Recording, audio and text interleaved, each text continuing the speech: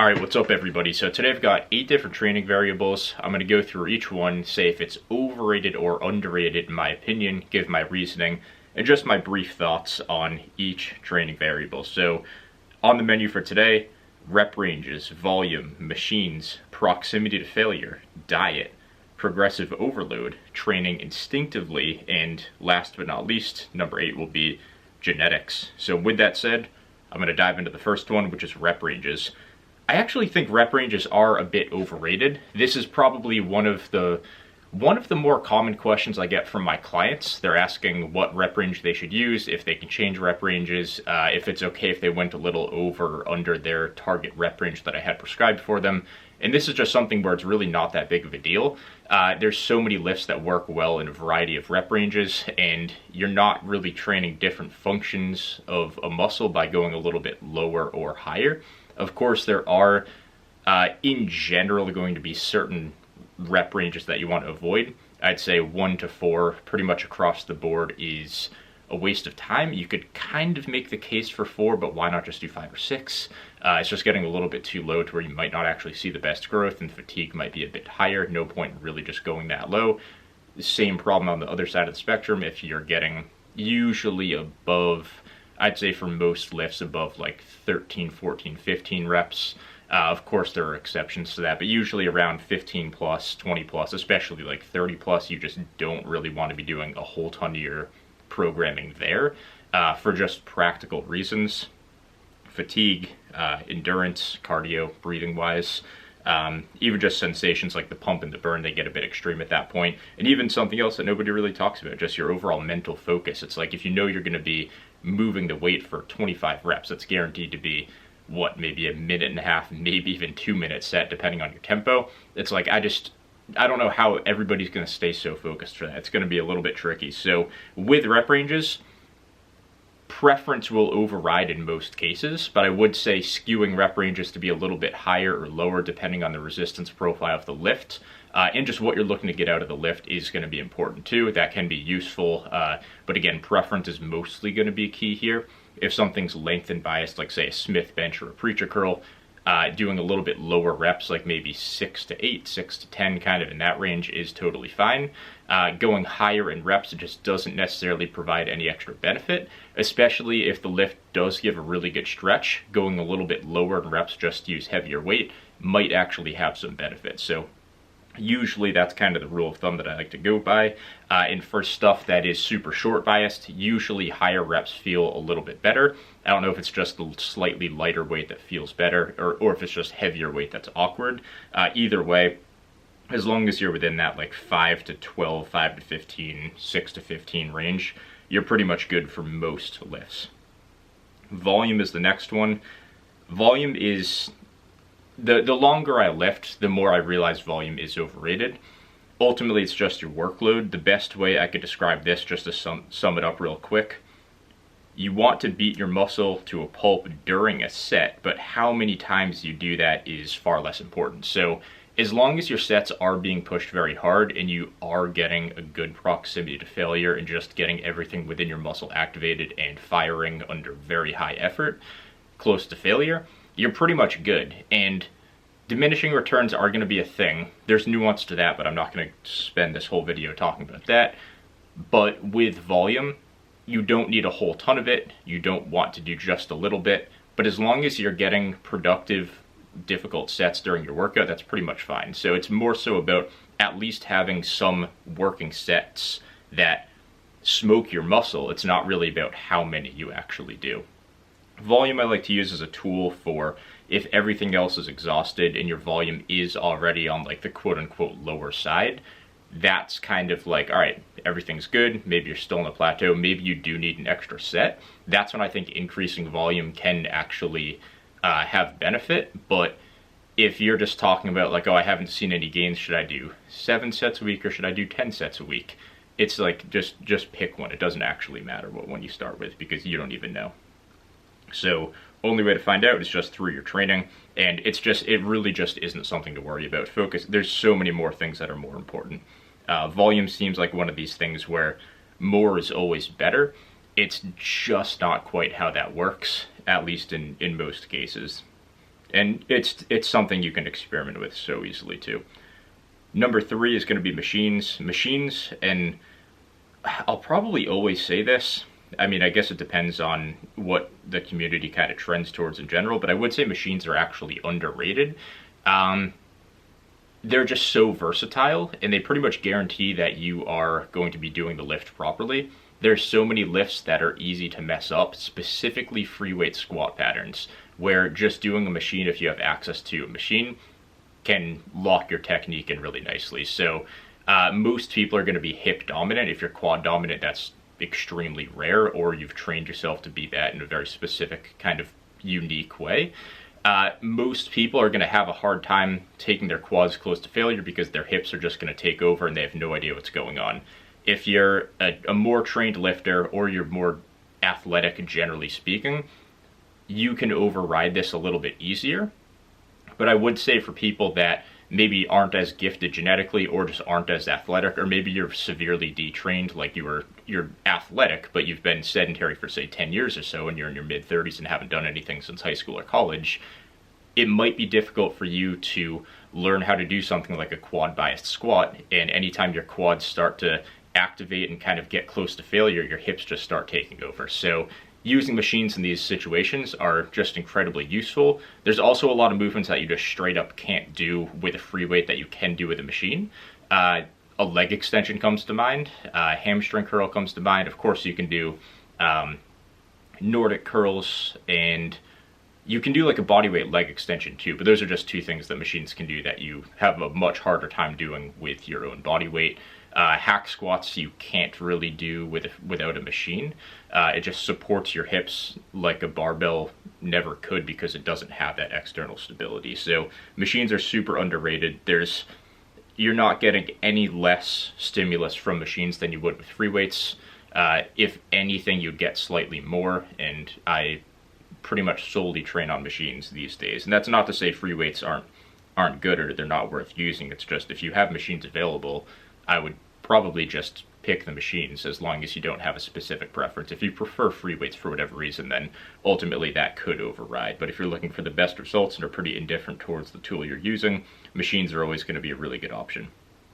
And machines are designed by smart people too. This is something that nobody really talks about. These aren't just like random DYEL guys that are like, oh, we'll just make this to fill up more space in a gym. They're designed by intelligent people. These guys know what they're doing, and they know resistance profiles, they know the shortcomings of free weights, and they design machines to supplement not to supplement your free weight training, but to fill in the gaps of what free weights can't do. And we have so many intelligently designed machines, and people will just write them off entirely because it's a machine and it's not hardcore. So, yeah, I used to do this a lot myself, unfortunately. Machine's super underrated. If you treat it as an accessory lift or don't train it hard, you're definitely going to be missing out. Yeah, I'll leave it at that. I'm trying to keep this video somewhat to the point. Proximity to failure, I think this is underrated. I think there's been a lot of talk about 4 reps in reserve is equal to failure, is equal to 0 reps in reserve. I just don't really see this as true. I think it makes a lot of logical sense that the harder you train and the more muscle fibers you activate, the more growth you get. But ultimately, there's no way around training hard. Like, you have to train hard. And it's the most efficient way to train, and 2, it's a good source of accountability, because if you're someone that has a hard time finding that happy medium of pushing yourself but holding back ever so slightly, just setting a goal to 0 RIR is a great way to train, because you never have to worry about, oh, well, I can leave 2 reps in the tank, and then you stop when it feels hard, and you don't know if that's 7 reps in the tank, 4 reps in the tank, 2 reps in the tank. This is something that you can use maybe as you're more advanced. If you find that you can get equal growth from holding a couple reps in the tank, that's fine. But I'd say for the vast majority of people, just training as hard as you comfortably can and as hard as you safely can is going to be the best way to go about it. There are so few logical reasons to hold back during a set other than safety, and it just doesn't make sense in most cases to leave a bunch of reps in the tank, especially when proximity to failure is very closely correlated with how much stimulus and how much growth you actually get. So the next one is diet. Diet, I do think, is overrated. I think it's been massively overrated on how much protein you need to eat, how much weight you need to gain per month, and how often we need to cut. Like, people put way too much of their mental energy and focus into diet. It really is overrated. Of course, there are leanness preferences, and that's where diet is a bit more important if you have a specific preference by a specific deadline. Take bodybuilding, for example, a very obvious example. This is something where their body fat has to be at certain points at certain times. Like, they have deadlines, so you can't just bulk up to 25% body fat and continue the bulk even if it's productive, unproductive, whatever. Obviously 25% is unproductive, that's a little bit too high.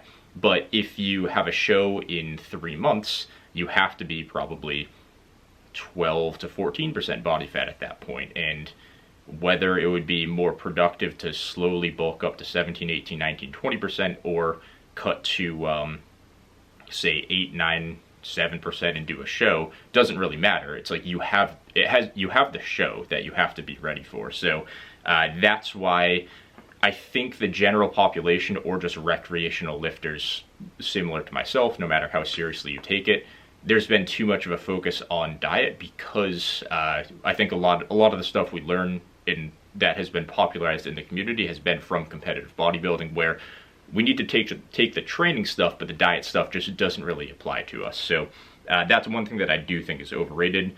I think the foods that you eat specifically for muscle growth are also overrated, like chicken, rice, and broccoli. I think we're kind of beyond that. I don't really need to expand on that. But I also think protein's been a bit overrated too. I don't eat a whole ton of protein. I barely / don't even eat meat.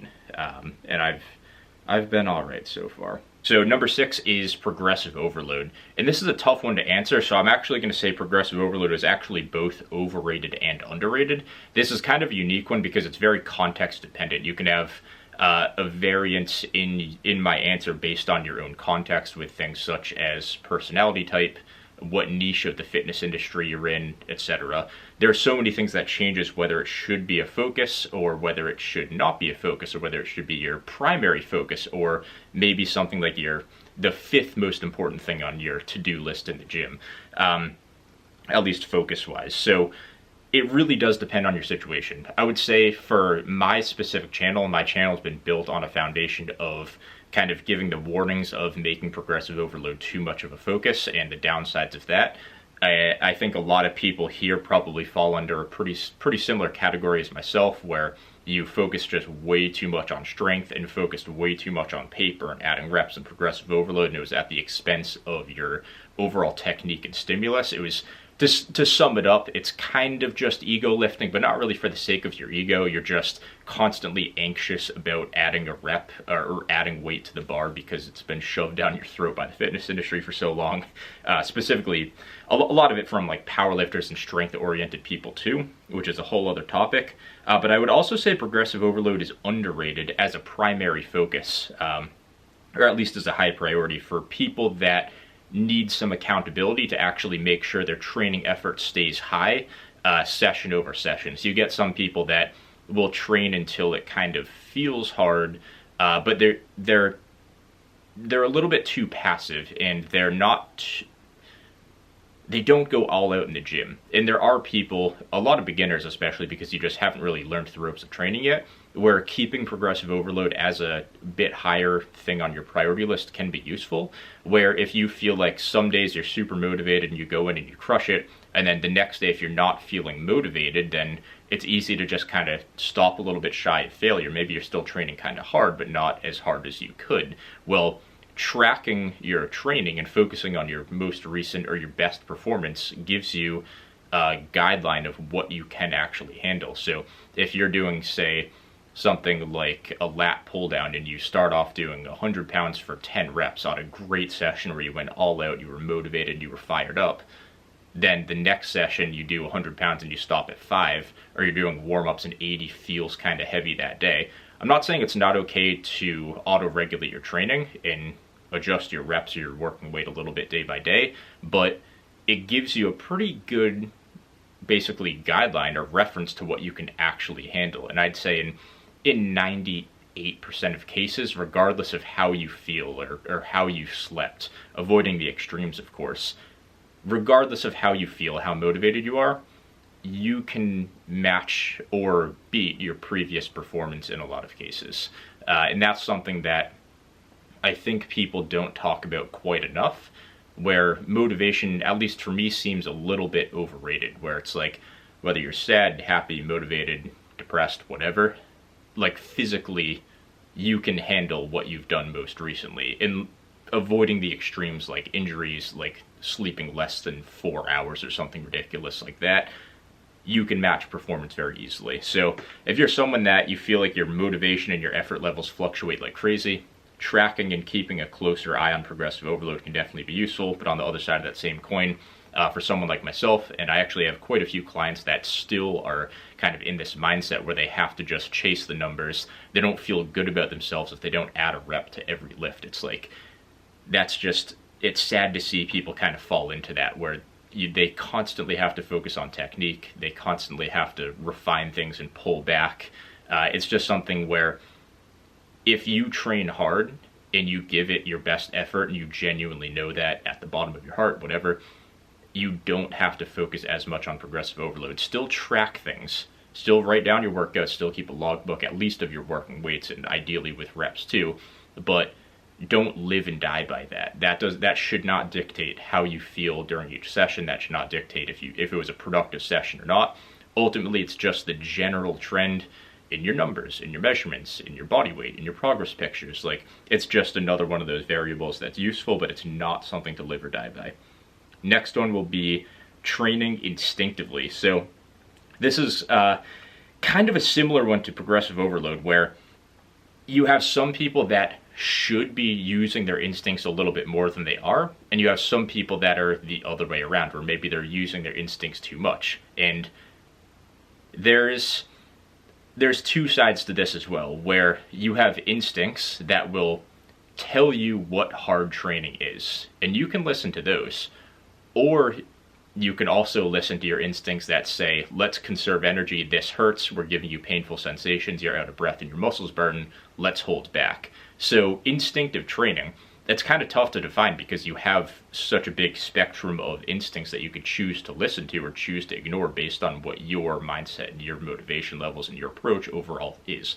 So if you're someone that you find, if you aren't detail oriented about your training and you do try to train a little bit more instinctively, but you find that your instincts tell you to hold back and tell you to stop a set once it starts to hurt, or maybe take more days off from the gym than you know, and most of the time deep down we kind of know what this is, you kind of have that guilt up in your head, you know you can do better. This is probably a situation where training instinctively, it could still be useful, but probably not the best for you at this very moment. You should be a little bit more a little bit more detail oriented with your approach. Track everything and focus, be a little bit more logical than instinctive in this situation. You also have people that listen to the instincts of their body telling them that what they're doing is productive and it's hard training, because your body will tell you. But I see a lot of these people, and I've done this myself in the past, especially as a beginner, where I would do something that I know feels good, that I know feels right, that I know is super challenging and stimulative for hypertrophy. But based on maybe something I read or something I saw on Instagram, I would change my training to suit whatever social media said is optimal. So a good example of this is when I first started lifting, I saw some post about like hammer strength machines being just like I don't even remember what it said, but it was like, use hammer strength machines for X reason. I had been doing dumbbell bench for pretty much the majority of my time lifting as a beginner, and keep in mind, this is still within like my first few months of lifting. I was like 17 or something, but just a quick example I could think of off the top of my head. So I would do dumbbell bench all the time, and for me that lift just felt great. I was very used to the movement. It's not a very stable lift, but I practiced it enough to where I was very stable with it. I got an excellent stretch. The resistance profile felt great, even though if you asked me what a resistance profile was, I would have no idea what that means, but I could still tell it was length and biased, it was stretch focused, and it felt good. I didn't know that stretch was important. I didn't even know what length and biased meant, but it felt good. It also converges. I knew that felt good, but I didn't even know what converges meant. I didn't even think about these things. But when I was kind of told by social media, or maybe it was a friend at the time, I don't even remember, to do a hammer strength machine instead, the machine that I used was super short biased. I didn't even think of these, but it just felt super awkward. It was this kind of weird, it was like an incline press. I don't even remember what hammer strength machine it was, but it was a super awkward feeling one that just didn't quite click right for me, and it didn't really make sense. The resistance profile, oh, looking back, yeah, the resistance profile was wacky. I probably had like the seat on the wrong height or something too, but it just didn't feel right. But I stuck with it for longer than I should have, because I didn't trust my instincts when I should have. So sometimes you just have to go with your gut. If you're someone that knows how to push yourself and you know how to train hard, sometimes it's best to just not overthink and just go in and do what you know feels hard and feels good, and feels very potent in the gym. So up next, I do want to give a shout out to Barbell Apparel. The sale is continuing with the pants, all pants, jeans, and chinos, $99. You can see what pants I have on my collection. I'll put the link in the description. Lifetime guarantee. You can outgrow them. You can lose weight and they're too big now.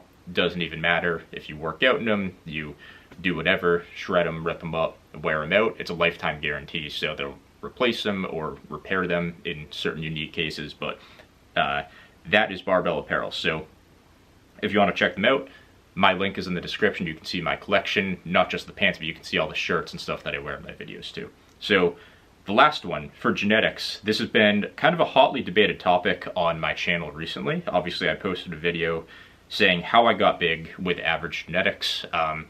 Basically, I'm going over my mindset with lifting. And in that video, it wasn't me saying, here's why I have average genetics. The way I see it is, whether I'm average, a little above or a little below, I think I'm within striking distance of the average 25-year-old male.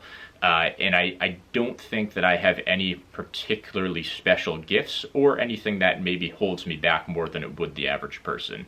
I'm not far enough away from average in either direction to make a big difference is ultimately what I'm trying to say. So with genetics, this is something that if you take kind of I guess a broader picture with this, if you step back a little bit and look at the bigger picture, you could say that if you tell people genetics don't matter and anybody can do anything, that will always have a better result than if you say genetics determine everything and your fate is already chosen for you. Your potential is already out there. It's already chosen. And if you have bad genetics, you're just screwed. You could argue that this first option is the better way to go about things for somebody with a platform like myself. But I do want to make sure I don't get carried away too far into that, because ultimately, like, with my channel, I'm trying to motivate people to lift. I have this crazy passion for lifting, and I try and let that show in my videos, and I try to avoid any excuses, or at the very least giving other people excuses. So for somebody like myself, or somebody in my shoes, when we're super passionate about lifting, it's easy to say that maybe genetics don't matter, or maybe it's easy to want to say that. And I want to make sure my message doesn't get twisted at all. What I'm trying to say here is most people use genetics as an excuse when it's really not. I'm also trying to say that I don't have elite genetics. You can debate me on that if you like. I know some people do think I actually genuinely have elite genetics. I think that's insane. I think at best I probably have above average, maybe in the 75th percentile, but like I've been there, done that. I've trained with guys that are just, like, I could school them in any discussion about lifting or programming or anything, and they'd still be bigger than me. It's taken me a while to get to where I'm at. I'm not trying to, and it's another one of those things where people will say, I have an incentive to say I have average or bad genetics because it would, if I said I had good genetics, it would discount my hard work. If there was a way to take a genetic test and it came back that I had 90th percentile genetics, I don't really care that much. Even if you do have, say, elite genetics, good genetics or whatever, you still have to work super hard to get to your potential regardless. So I'm personally not really worried about that. I just want to make sure that I don't go against my own gut with this conversation and say that I think I'm gifted and I don't think you can get to where I'm at, because I really don't think I'm gifted in any particular way. So to get that out of the way, I would say when it comes to good or bad genetics, there's a few different topics with this, and we might not all be on the same page with anything. Like good or bad genetics for what? Is it for your overall ability to build muscle? Does somebody with good genetics have the ability to put on 50 pounds of muscle in their lifetime, and someone with bad genetics can add 10 to 15? That's a pretty big deal. Obviously, that's a random example. But does good genetics mean everybody can add 40 pounds, give or take a couple pounds to your frame, but it will look much better on somebody with good genetics than it would on someone with bad genetics, just based on insertions, body fat storage, things like this?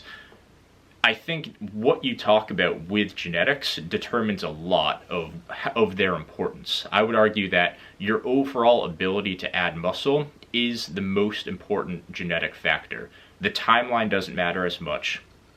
I would also say the way that your muscles are shaped or the way they insert doesn't matter that much. It's like things that really aren't worth talking about.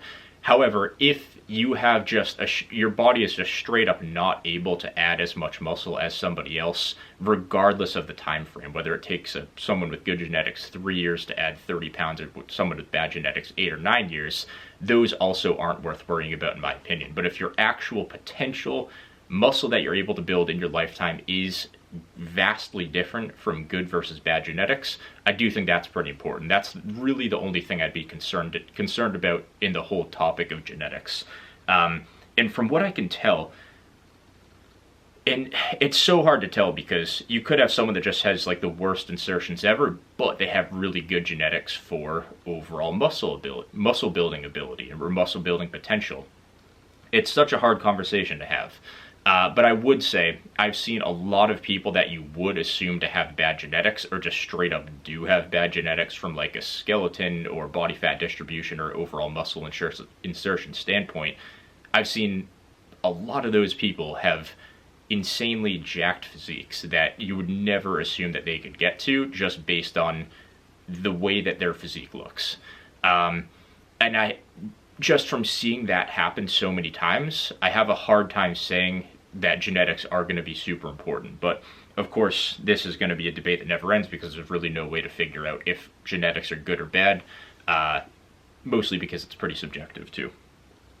I would say, just to leave this video off on some optimism, this is something I've talked about a while back on the channel. I think a lot of people have what I would call delayed noob gains, where if you're an overall, say, less athletic person, or maybe, like I said earlier, you are someone that's pretty athletic, but maybe you've been sedentary and you're very detrained, or you just have a higher body fat percentage and you're just not as athletic because you have a higher body fat percentage, it might take you longer to get your noob gains. Like if you take someone that's trained in sports, very good athlete, in good physical shape, and you just have them go into the gym and they already have good coordination and everything anyways, and say, would it be a high pain tolerance? Yeah, high pain tolerance. That means you can handle more pain, I think. I don't know if it's the other way around, but if you have a high pain tolerance, you can probably make your noob gains and most of your gains much faster, and it might be just the point where you match up perfectly with that chart where you gain 10 to 15 pounds your first year of muscle, 8 to 12, 6 to 7, 3 to 5, 1 to 2, etc. for the rest of your lifting career. But I think a lot of people aren't primed to make their best gains earlier on in their lifting career, but they might blow up at like year 6 or 7 after putting in so much work just to get to the point where their training is actually effective enough to make them grow like how someone that is genetically gifted would actually grow. So hopefully that makes sense, but either way, that's pretty much all I got for today's video. So if you have any questions or anything you want to add to that conversation, obviously leave it in the comments, and that's it. So I'll see you guys in the next one.